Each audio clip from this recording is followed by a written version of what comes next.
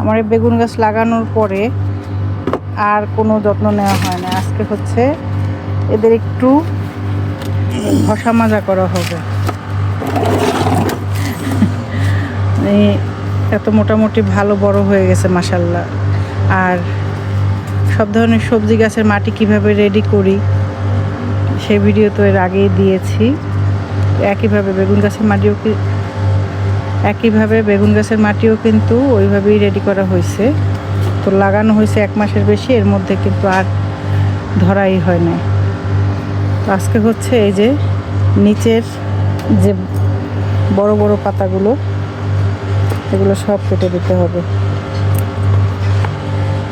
এই যে দেখেন সব বড় বড় পাতাগুলো সব কেটে দিছি। আর হচ্ছে নিচে যত পাতা ছিল বা ছোট ছোট ডাল বের হয়েছে, একদম এই যে নিচেরগুলো এতটুকু পর্যন্ত সব গাছের সবগুলো পরিষ্কার করে দিছি। কারণ এতে নিচে হচ্ছে রোদের তাপটা পাবে, মানে আলো বাতাসটা ঠিকভাবে পাবে। আর একদম নিচ থেকে যে শাখাগুলো বের হয় ওগুলোতে কিন্তু ফলন হয়ও না। শুধু ওরা হচ্ছে খাবারের যে শক্তিটা উপরে যেতে দেয় না, ওরা নিয়ে যায়। এখন যেটা করব সেটা হচ্ছে এই যে প্রত্যেকটা কিন্তু ফুল চলে আসছে অলরেডি। প্রত্যেকটা বেগুন গাছে হচ্ছে ফুল আসছে। তো এখন হচ্ছে এই মাথা,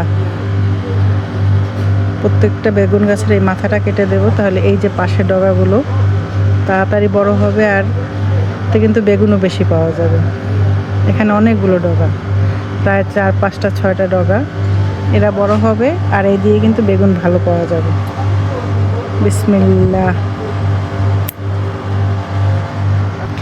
এখন হলো নিড়ানি দিয়ে দেব। নিড়ানিটা তো মাস্ট দিতেই হবে। এই যে সবজির খোসা টোসা যা দিছি এগুলো কিন্তু এখনও হয় না, মানে মাটির সাথে মিশে নাই। কিছু কিছু এখনও আছে, আস্তে আস্তে মিশে যাবে এগুলো।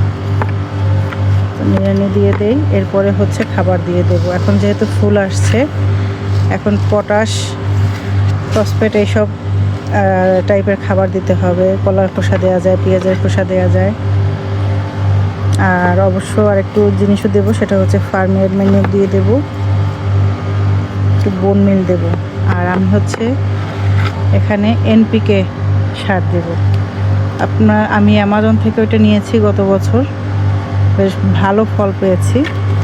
তো আপনার এনপিকে ফার্টিলাইজার লিখে অ্যামাজনে সার্চ দিলে হয়তো পাবেন, যেটা বেস্ট কোয়ালিটির। ওরকম দেখে একটা নিতে পারেন। এখানে হচ্ছে চাপাতি, বোনমিল আর ফার্মের ম্যানিউর 3টা একত্র করে এখন হচ্ছে গোড়ায় দিয়ে দেব। সব বেগুন গাছের গোড়ায় একটু একটু করে দিয়ে দেব।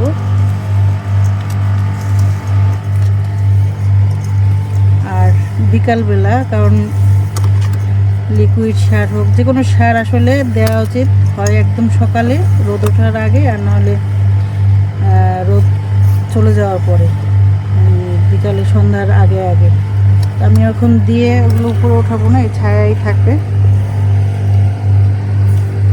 সন্ধ্যার পরে উপরে তুলে দেবো। কারণ আমার বেগুন গাছ হচ্ছে এই শেলফের পরে থাকে।